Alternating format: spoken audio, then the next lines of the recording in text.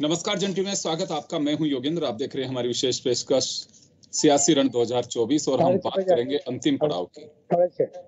अब वक्त आ गया है वोटर की बारी का।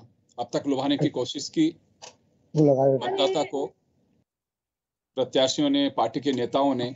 आज हम बात करेंगे राजस्थान के पहले फेज की 12 लोकसभा सीट की, जहां चुनाव प्रचार का शोर थम चुका है और अब बस मतदान की बारी है। यूं देखें तो 17 राज्य, 4 केंद्र शासित प्रदेश और वहां की 102 लोकसभा सीट, यहां पे मतदान होना है। तो चले आज हम चर्चा शुरू करेंगे और हमारे साथ इस वक्त मौजूद है राजस्थान की स्थितियों पर चर्चा करने के लिए वरिष्ठ पत्रकार और विश्लेषक ओम सैनी साहब, राजीव जैन साहब और श्याम सुंदर शर्मा साहब। ओम जी, आपके पास आना चाहूंगा मैं। 12 सीटें, मुकाबला हर सीट पे ही बड़ा रोचक है और होना भी चाहिए। यही डेमोक्रेसी का फेस्टिवल है, लोग अपने अंदाज से करते हैं। किस तरह से देखा जाए इस फेज को राजस्थान के परिप्रेक्ष्य में? मैंने योगेंद्र जी जैसी खामोशी इस चुनाव में देखी है, पहले चरण में खामोशी, मैं शब्द इस्तेमाल कर रहा हूँ जी, क्योंकि रातों की नींद हराम हो जाती थी सुन के कि वोट दो वोट दो वोट दो। वैसा हल्ला गुल्ला मुझे जयपुर शहर में तो कहीं नजर आया नहीं। बाकी बाहर का सिलसिला है तो वो चौपालों पे वैसे के वैसे। जयपुर में बड़ा सन्नाटा है, तो जयपुर ऐसे सूचित कर रहा है जैसे कि सेकंड फेज में आ रहा है, लेकिन ये पहले फेज में रहा है। बहरहाल जिस तरह के वैचारिक स्वरूप बनना चाहिए और जैसा विभाजन होना चाहिए वो हो चुका है, और उसी मुताबिक अपने अपने जो गठबंधन है उनको साधने का कार्यक्रम सारे दल कर रहे हैं। और मुझे लगता है कि टक्कर शायद कांटे की है, ऐसा कहते हैं, लेकिन इसमें जो एक खास परिवर्तन मुझे जो नजर आ रहा है, जिसका खास जिक्र हो रहा है, वो ये कि अब राजस्थान में सिफर नहीं है। डेफिनेटली कांग्रेस के खाते में या इंडिया गठबंधन के खाते में सिफर नहीं आएगी, जैसे कि 2014 में 2019 में आ रही थी। इस बार आंकड़ा इकाई से दहाई की ओर पहुंचने की पक्की संभावना के साथ में आ रहा है। तो यूं देखा जा सकता है इसको, क्योंकि सीकर की सीट अगर देखते हैं तो गठबंधन का एक नतीजा नजर आता है, और अगर नागौर की देखते हैं तो दूसरे गठबंधन का नजर आता है। और उसके साथ साथ में जब इधर और नीचे उतर जाते हैं और दौसा की तरफ चलते हैं या दूसरी सीटों पे चलते हैं तो चीजें और अलग नजर आती हैं। तो मुझे लगता है कि मुकाबला बड़े कांटे का रहेगा। और जयपुर में लेकिन अभी कुछ समझ में ही नहीं आ रहा कि प्रताप सिंह खचेरियावास जयपुर में काम कर रहे हैं या मंजू जी काम कर रहे हैं। उनका तो कुछ समझ में आ नहीं रहा। बाकी बहरहाल मतलब से कहा जा सकता है कि बेहतर एक सारा दृश्य बना हुआ है। जी बिल्कुल। राजीव जी, आपके पास मैं आना चाहूंगा। हम जी सही कह रहे हैं कि अगर पब्लिक में देखें तो बड़ी खामोशी सी है। किसी से भी आप बात करते हैं बस के सफर, हाँ ये मालूम है कि चुनाव हो रहा है, लेकिन बस ऐसे है कि जैसे मजबूरी में वोट डाला जाएगा। ऐसे बहुत सारे लोगों से बात होती है। तो उत्साह आपको लगता है कि कम है, और इसका कोई कारण पता लग सकता है कि क्यों कम है लोगों में? देखिए, उत्साह जैसे ओम जी कह रहे थे और आप भी जिक्र कर रहे हैं, वास्तव में वो उत्साह एक तरह से नजर नहीं आ रहा। अब हम इसको पूरा एनालिसिस करें तो कहीं ना कहीं जैसे जयपुर का ही जिक्र कर रहे थे, तो जयपुर में या तो उत्साह इसलिए नजर नहीं आ रहा कि एक तरफा चुनाव सा भी लग रहा है जो भाजपा और कांग्रेस के बीच में है। तो जहां भाजपा ने पहले टिकट दे दिया, कांग्रेस ने पहले जिसको टिकट दिया उसका टिकट लौटा दिया, बदल दिया, कई कारण रहे, कोई नहीं। लेकिन दूसरे जो उम्मीदवार आए सामने मैदान में, उन्होंने कहीं ना कहीं अपनी मजबूरी जाहिर की। मजबूरी जाहिर करने के साथ ही उन्होंने कई चीजें भी कहा कि मैं तो लड़ना नहीं चाहता था। तो एक उत्साह किसी चुनाव में तभी होता है जब दोनों पक्ष एक बराबरी की टक्कर पे कहीं ना कहीं चुनाव लड़ते हो। तो जयपुर शहर में तो अब एक तरफा है। जहां तक कांग्रेस उम्मीदवार जो हैं वो खुद भी मतलब इतने बेमन से प्रचार में लगे हुए हैं। आप और हम सबकी मुलाकात होती है, बात भी होती है, तो उन सब चीजों से लगता है कि जो विरोधी दल है, भाजपा का विरोधी दल है, उसमें जो उत्साह होना चाहिए था, उसमें यदि उत्साह होता तो आम जनता को भी लगता कि भाई चुनाव दमदारी से हो रहा है, कहीं कुछ हो रहा है यहाँ, मतलब जो भी चीजें है। लेकिन पूरे राजस्थान के संदर्भ में बात करें, 12 सीटों पर चुनाव हो रहा है। तो जैसा ओम जी बता रहे थे कि इस बार कांग्रेस का खाता खुलने की पूरी संभावना है, तो कुछ सीटों पर काफी कड़ा मुकाबला देखने को भी मिल रहा है। जैसे हम जानकारी जुटा रहे हैं या जहाँ 2-3 जगह गए वहां भी लगा कि इस बार एक तरफा कई जगह नहीं है। जो भाजपा पिछले 2014 और 2019 में जिस तरीके से क्लीन स्वीप किया था, उस तरीके का अभी तक तो माहौल नहीं लग रहा, क्योंकि वो तो अब 4 जून को ही मालूम पड़ेगा कि क्या वोटर के मन में मतदाता क्या चाहता है। लेकिन 14 और 19 में जिस तरह का एक माहौल बना हुआ था, लग रहा था कि 25-0 से क्लीन स्वीप कर सकती है बीजेपी, तो वही 12 सीट ये हैं। लेकिन अब की बार कड़े मुकाबले में फंसे हुए हैं, ये कहा जा सकता है। हाँ, नहीं ये कहा जा सकता है, लेकिन 19 में भी देखो योगेंद्र जी, मैं बताऊं, मैंने बहुत सीटों को कवर किया था, करीब 12 या 13। अब मुकाबला कड़ा दिख रहा था, क्योंकि स्टेट में सत्ताधारी कांग्रेस थी, 4 महीने पहले ही सत्ता में आई थी, और जब 4 महीने बाद ही लोकसभा चुनाव हुए थे, तो मुकाबला उस समय भी बड़ा कड़ा लग रहा था।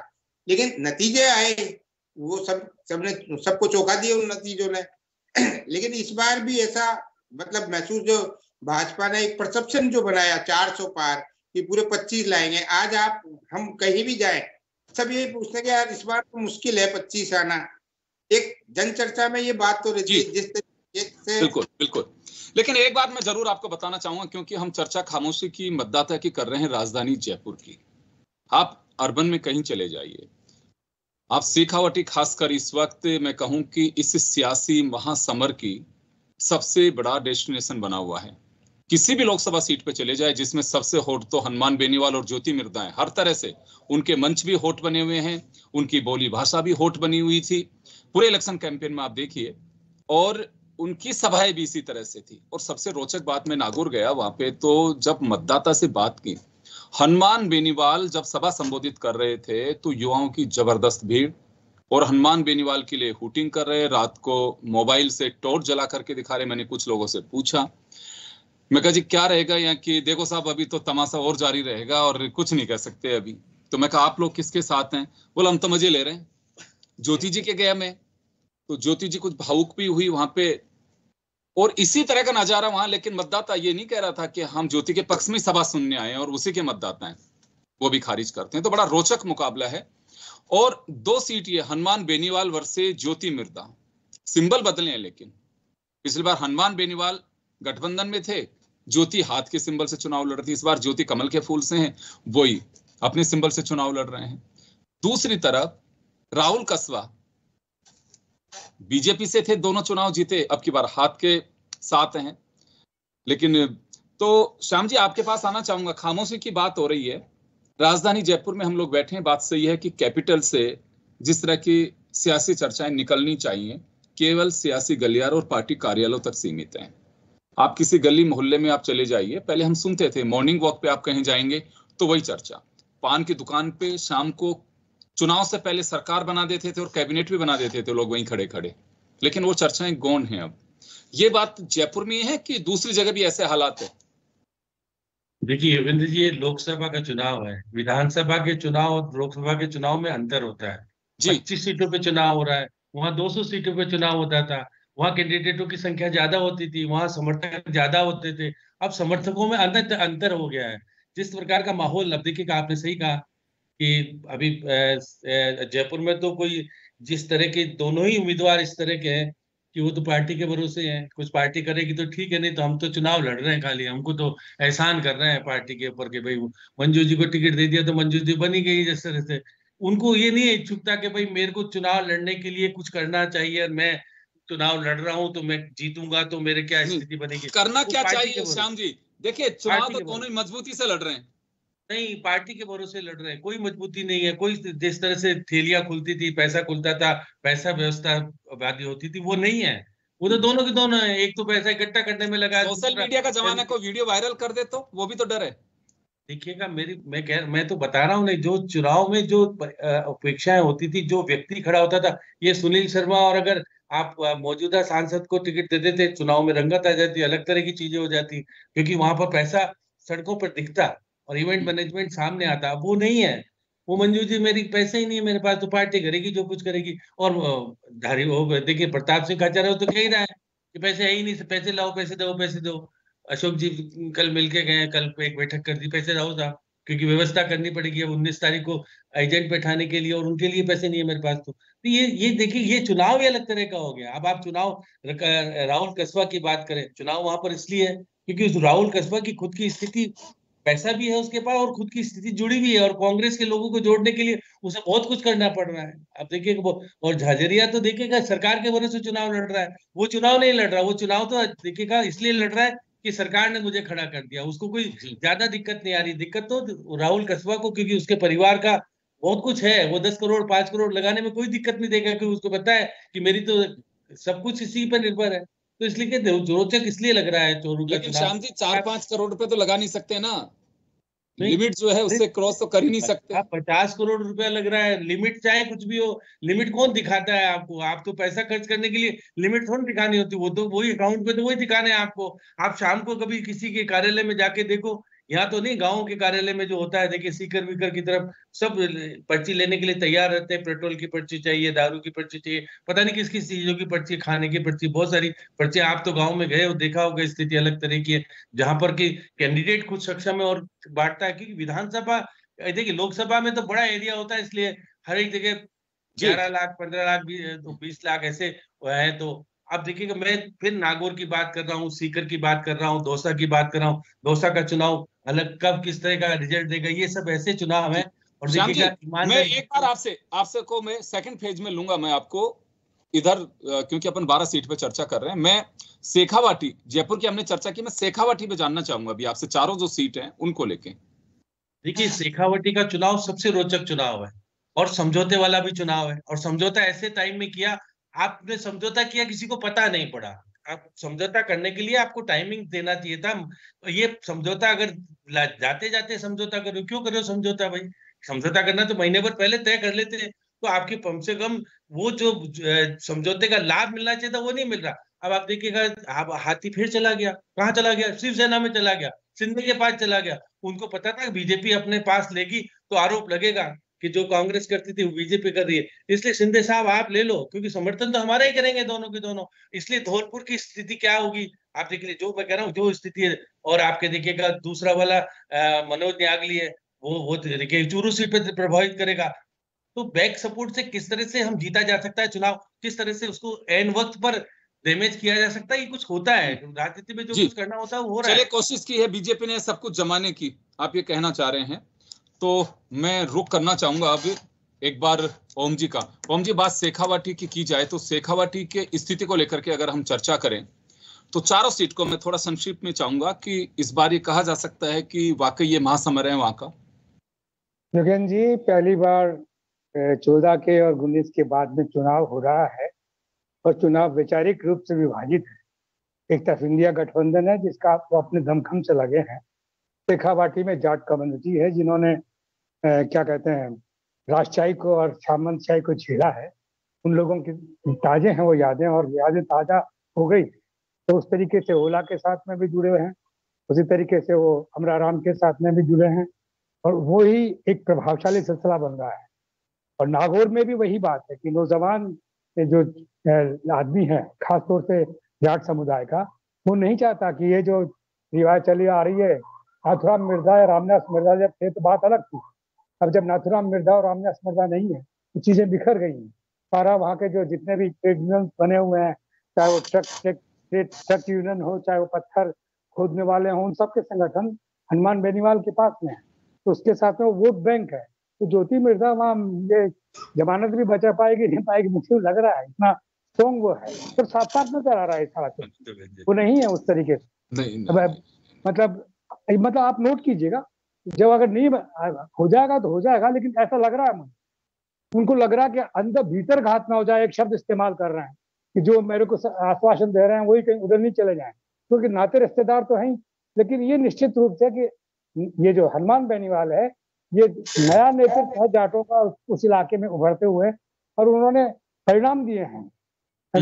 जब एनडीए के साथ में थे तब भी परिणाम दे रहे थे, और जब अपनी दूसरी तरफ आ गए तब भी परिणाम देने की स्थिति में है। उनके पास एक टूटा कुछ भी नहीं है। तो ऐसी स्थिति में बड़ा गठजोड़ अलग अलग किस्म का है।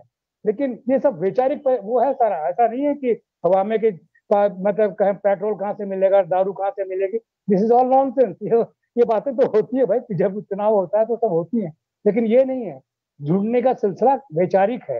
भारतीय जनता पार्टी और एनडीए के साथ में जो लोग जुड़े हुए हैं वो किस तरीके से काम कर रहे हैं, और कांग्रेस और इंडिया के साथ में जो लोग जुड़े हुए हैं वो कैसे काम कर रहे हैं, गठबंधन वाले अलग तरीके से। तो ऐसी स्थिति में चीजें बड़ी शार्प हैं और प्रभाव। मैं एक बात जानना चाहूंगा ओम जी, एक बात जानना चाहूंगा क्योंकि सीकर के मैंने चर्चा सुनी है कि कांग्रेस जो है वो अमराराम के साथ में, हालांकि अभी वहां पे पूरा मोर्चा संभाला है जाकर के डोटासरा ने, खुद वहां पे रोड शो कर रहे हैं, किया भी है, कल भी सभाएं की उन्होंने।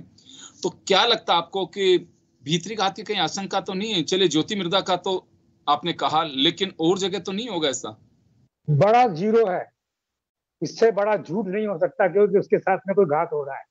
जिस तरीके से 6-8 विधानसभा क्षेत्र देखे और सुनने को मिला है, जो जानकारियां मिल रही हैं, ऐसा कुछ भी नहीं है। और ये एकमात्र मेरा ख्याल है पूरे भारत में ये सीपीएम का एक लोकसभा में पहुंचने वाला पहला ही ऐसा व्यक्ति होगा जो सीपीएम जब लोकसभा से बाहर है तब कोई अपने आप को उत्तरी भारत से कहीं अपने आप को स्थापित कर सके। और अमराराम वो आदमी बनेगा ऐसा लग रहा है। और कांग्रेस बड़ी ईमानदारी के साथ में समर्थन कर रही है, बड़ी ईमानदारी के साथ। जी। चलिए मैं लौटूंगा आपके पास में, मैं राजीव जी के पास में जाना चाहूंगा। राजीव जी, शेखावट की थोड़ी गणित पे हम चर्चा जरूर करना चाहेंगे क्योंकि शेखावट के चर्चाएं सबसे ज्यादा हैं, हॉट सीट्स बनी हुई हैं। किसी भी सीट पे आप देख लीजिए, राहुल कसवा ने उसे मुकाबले में बना दिया दोनों के आपस में। उधर अमराराम के आने से भी कांग्रेस के गठबंधन से, क्योंकि अमराराम के साथ में पूरी अपनी एक लीडरशिप का जो अस्तित्व जुड़ा हुआ है, वो प्रदेश अध्यक्ष गोविंद सिंह डोटासरा का भी जुड़ा हुआ है, कांग्रेस के हैं हनुमान बेनीवाल, ज्योति मिर्दा और झुंझुनू की सीट। क्योंकि झुंझुनू की भी सीट में बड़ा अजीब स्थिति यह है कि बीजेपी ने कंटिन्यू किसी को नहीं किया, हर बार अलग कैंडिडेट लेकर के आई है, तो ये भी एक बड़ी बात है। और गुढ़ा ने मंच तो साझा कर लिया कि गठबंधन से हैं, लेकिन अंदर खाने में चर्चा ये भी है कि शुभकरण चौधरी और गुढ़ा के जबरदस्त अदावत है, उसको पाटना बहुत मुश्किल है। वहां पे चूरू की अगर हम बात करें तो चूरू का मुकाबला राहुल कसवा और देवेंद्र के बीच में नहीं है, वह मुकाबला चाचा भतीजा यानी कि राजेंद्र राठौड़ और उसके बीच हो चुका है। तो क्या लगता है आपको कि भीतरी घात और जाट कम्युनिटी के ये तीन नेता, अमराराम, गोविंद सिंह डोटासरा और हनुमान बेनीवाल, शेखावाटी में कुछ स्थितियां बदलने की स्थिति में आएंगे तीनों के एकजुटता? देखिए, शेखावाटी में इसमें तो कोई संदेह है ही नहीं कि चुनाव बड़ा रोचक हो रहा है। लेकिन जैसे अभी सीकर की भी बता रहे थे, कांग्रेस पूरे मन से लगी हुई है, तो मुझको नहीं लगता कि कांग्रेस के वहां के स्थानीय नेता या कार्यकर्ता पूरे मन से लगे, क्योंकि सीकर में कांग्रेस काफी मजबूत थी विधानसभा चुनावों में, इसी तरह नागौर में काफी मजबूत थी। तो स्थानीय स्तर के जो कांग्रेस के पदाधिकारी हैं वो इस समझौते का, गठबंधन का विरोध कर रहे थे। अब सीकर में एक अजीब सी स्थिति कि कांग्रेस ने वहां कम्युनिस्ट पार्टी को, वामपंथी दल को उससे गठबंधन करके उसके समर्थन में सीट छोड़ दी। दूसरी तरफ देखिए, कांग्रेस के सबसे बड़े नेता राहुल गांधी के खिलाफ वायनाड में वामपंथी दल के बहुत बड़े नेता ए राजा की पत्नी चुनाव लड़ रही है, मजबूती से लड़ रही है। तो ये विरोधाभास कहीं ना कहीं कांग्रेस के स्थानीय स्तर पर जो बातचीत होती है नेताओं से या जो वहां के विधायक हैं उनसे, तो उनके मन में पीड़ा रहती है कि हमने क्यों सीट दे दी। और चूरू की आपने बात की कि इस तरीके का, लेकिन एक दूसरा पहलू भी एक सामने आ रहा है योगेंद्र जी, यहाँ इन सीटों पर जाट वर्सेस गैर जाट, इसमें कोई शक नहीं कि कांग्रेस और भाजपा दोनों दल जो मुख्य प्रतिद्वंदी हैं वो जाट समुदाय से हैं, लेकिन कांग्रेस के जाट उम्मीदवारों ने, सबसे बड़ी बात यह है कि इन चारों सीट पे ही यही मैं आपको बताने की कोशिश कर रहा हूँ। अब वो नतीजा बताएगा। जबकि चूरू की सीट का ही एक उदाहरण देख लें, जब उसका टिकट कटा तो एक माहौल ये बना दिया कि एक जाट का टिकट कटा दिया, एक गैर जाट ने जाट का टिकट कटा दिया, तो वो पूरा एक जाटवाद पे चला गया। लेकिन आप देखिए कि वह 20-22 लाख जो मतदाता हैं उसमें 4 लाख के करीबी जाट है, बाकी 16 लाख अदर्स गैर जाट है। तो वो गैर जाट कहीं ना कहीं एकजुट हो गए, और वो भी जाट के पक्ष में, भाजपा का उम्मीदवार भी जाट है। तो इसी तरह नागौर का भी जो गैर जाट वर्ग है वो कहीं ना कहीं भाजपा के जाट के साथ हो गया। अब दूसरी तरफ देखिए आप, मुस्लिम जो समुदाय है वहां का, वहां मुस्लिम समुदाय भी हर सीट पे कोई 2.5 लाख 3 लाख के करीब वोटर है। वो शेखावाटी में मुस्लिम मतदाता भी काफी संख्या, किसी भी सीट पे आप 2 से 3 लाख से कम नहीं है। पिछली बार कुछ मुस्लिम उम्मीदवारों को इन कांग्रेस के जाट नेताओं की वजह से हार का सामना करना पड़ा। तो कहीं ना कहीं उनकी पीड़ा भी है। यह आप उदाहरण देखिए कि बाड़मेर जैसलमेर वाली सीट पे भी यही फैक्टर काम कर रहा है। अब जाट के, अब वहां जो शेखावाटी के जो चारों उम्मीदवार हैं जो भाजपा विरोधी है, उनका अब ये बयान आने लगे कि साहब हम तो सभी 36 कौम को साथ लेके चलने वाले लोग हैं। अब वो किस तरीके से मतदान से 2 दिन पहले जो गैर जाट वोटर है उनके मन में किस तरीके से भावना बैठा है।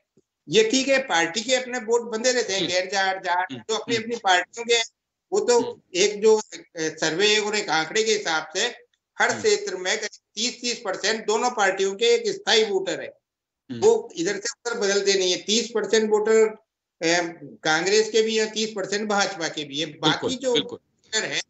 लेकिन राजस्थान में हम ये कह सकते हैं, अगर इन 12 सीट की बात करें हम पहले फेज की, तो मुकाबला सीधा है, वॉकआउट किसी के लिए नहीं कह सकते, और ना ही इन 12 सीट पे ये कहा जा सकता है कि त्रिकोणीय मुकाबले की कोई स्थिति है, नहीं लगता। बिल्कुल जी। मैं श्याम जी आपके पास में आना चाह रहा हूं।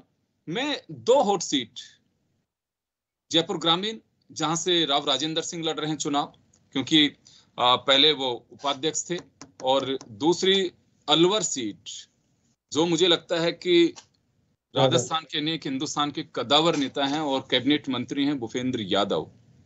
वहां पे प्रियंका गांधी रोड शो भी कर चुकी हैं और अमित शाह की सभाएं भी हो चुकी हैं, और जब हम चुनाव प्रचार के आखिरी दिन मायावती भी वहां सभा कर चुकी है, क्योंकि वहां से चुनाव लड़ाया जा रहा है। तो क्या लगता है आपको कि इन सीट पे, और प्लस जहां बीएसपी का दबदबा है, आप दौसा से लेकर के आप भरतपुर ले लीजिए, आपकी धौलपुर वाली करौली वाली बेल्ट इसमें भी ले लीजिए, हमेशा विधायक भी हैं। ऐसा कोई चुनाव नहीं है जिसके अंदर कोई बीएसपी का विधायक इस बेल्ट से चुन करके नहीं आया हो। तो क्या लगता है, मैं बहुत शॉर्ट में चाहूंगा कि ये कुछ स्थितियां त्रिकोणीय बनाने की कहीं लग रही हैं, कि मुझे कहीं दिखाई नहीं दे रहा कि त्रिकोणीय चुनाव है, बीएसपी ने कैंडिडेट खड़े किए हैं, कोई फर्क नहीं पड़ रहा।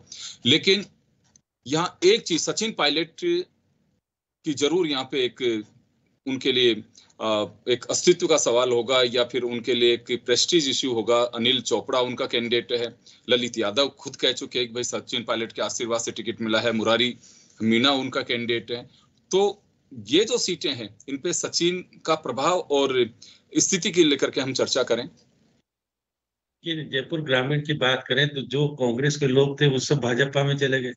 लालचंद कटारिया की बात करें, राजेंद्र यादव की बात करें, आलोक बेनीवाल की बात करें, अब ये ईमानदारी के साथ अगर बीजेपी का समर्थन कर रहे होंगे तो ठीक ठाक स्थिति में जीत सकेंगे। अगर अनिल चोपड़ा की स्थिति में अगर बैक सपोर्ट से सपोर्ट करेंगे, देखिए सचिन पायलट से लड़ाई है इनकी सबकी, क्योंकि सचिन पायलट को बदला लेने के लिए सब गए यहाँ से, क्योंकि सचिन पायलट का और अशोक गहलोत का अदावत आज भी बरकरार है, दिखती है वो। और देखिए अशोक गहलोत ने बाद में तो सब जगह जाने का प्रयास किया, कहने का प्रयास किया कि भाई मैं भी जा रहा हूँ, ऐसा नहीं है। तो अब देख आज भी जो आप देखिएगा अलवर की सीट बार बार बात कर रहे हैं, अलवर में जसवंत यादव चाहेंगे क्या, बालकनाथ चाहेंगे क्या कि बाहरी व्यक्ति आकर के हमारे लिए हमेशा के लिए कांटा बन जाए।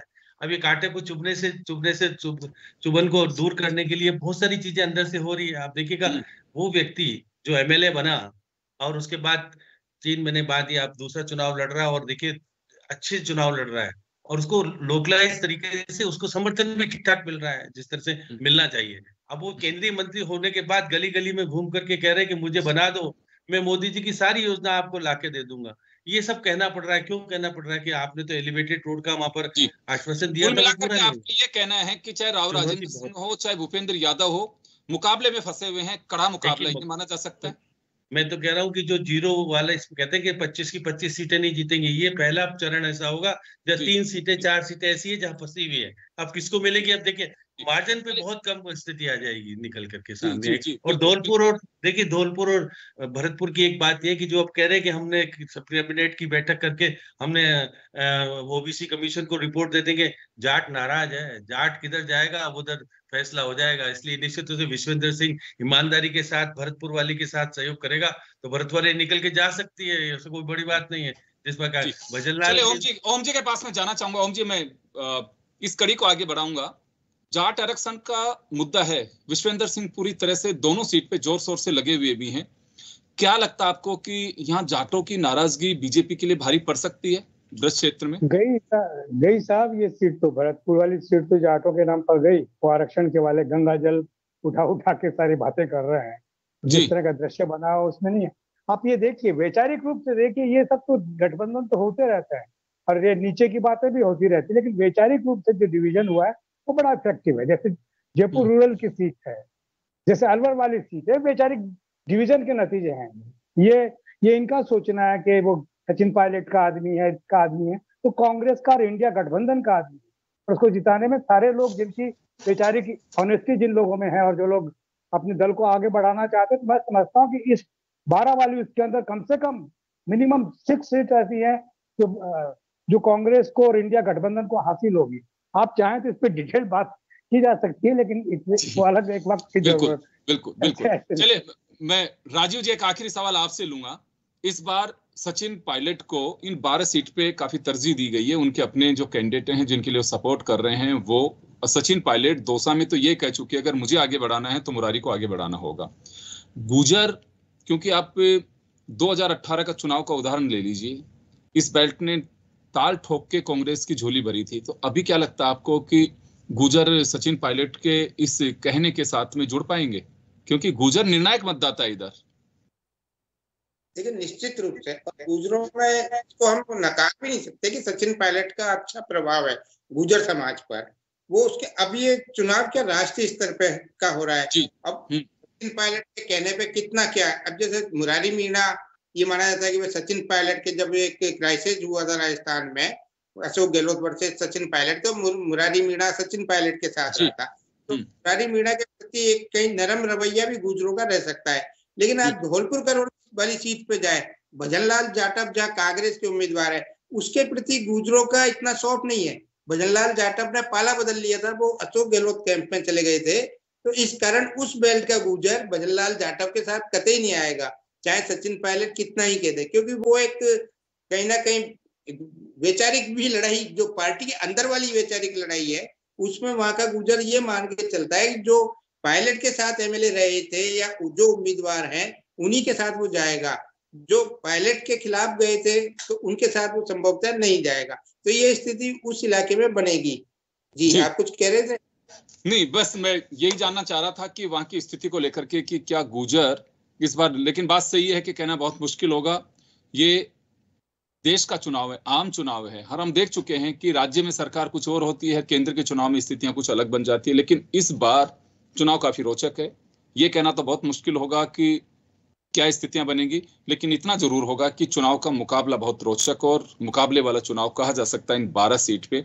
बेशक मतदाता शांत हो, लेकिन वो शांति से बैठ करके और मजे पूरे ले रहा है, वो देख भी रहा है कि कहाँ क्या करना है, लेकिन अब उसकी टो लेना। मैं कह रहा था तो हाथी की जो दौड़ थी ना, वो रोक दी गई, हाथी बीच में रुक गया है, इसलिए हाथी क्या करेगा वो दिक्कत कर दी है इसने, शिवसेना ने लेकर। तो चले, लेकिन चलते चलते मैं इतना जरूर कहना चाहूंगा कि कल के भविष्य को संवारना है तो आने वाले कल में आप मतदान जरूर करें, क्योंकि 5 साल में यह एक मौका आपके लिए ऐसा होता है कि देश की ताकत आप बना सकते हैं, ताकत बन सकते हैं। और एक बार अगर आप चूक गए तो सुप्रीम कोर्ट की एक टिप्पणी में जरूर करना चाहूंगा यहाँ पे, जो कहा कि वोट के टाइम आपने वोट दिया कि साहब नहीं दिया तो हाथ मलने से कोई फायदा नहीं है। जब आपको ताकत दी है आपके वोट की, तो जब उसका उपयोग करना ही नहीं जानते हैं, आप कर ही नहीं सकते, तो फिर इस तरह की बातें, किसी की बुराई करना नहीं होना चाहिए सामने, क्योंकि करना नहीं चाहिए। जब आपको ताकत दी है तो उसका प्रयोग करिए। और मुझे उम्मीद है कि वोटिंग में आप सभी लोग शिरकत करेंगे। आप सभी का बहुत बहुत शुक्रिया, और मैं तो कहूंगा कि चलते चलते आप सभी को वोट दिवस की बहुत बहुत शुभकामनाएं। तो चलिए दीजिए इजाजत, नमस्कार।